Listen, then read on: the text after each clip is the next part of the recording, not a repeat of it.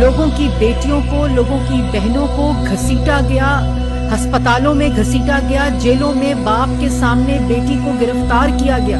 نواز شریف صاحب کو جب اقامے کے اوپر گرفتار کیا گیا، ڈسکوالیفائی کیا گیا، ان کو ان کی پارٹی کی صدارت سے ہٹایا گیا، وہ سیاسی انتقام تھا۔ لیکن انہوں نے گالی ادارے کو نہیں دی، دھمکی نہیں دی، اداروں کے سربراہان کے بچوں کو، ان کے خاندانوں کو دھمکیاں اور گالیاں نہیں دی۔ وہ اپنی بیٹی کا ہاتھ پکڑ کر ہر روز کی بنیاد پر نیب کی عدالت میں پیشیاں بھگتتے تھے۔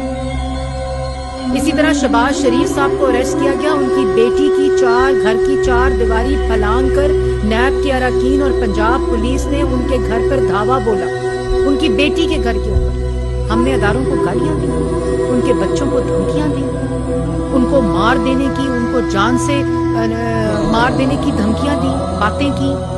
شاہد خاقان عباسی کو گرفتار کیا گیا، میں ان کے ساتھ گاڑی کے اندر بیٹھی ہوں، بغیر وارنٹ کے گرفتاریاں ہوئی۔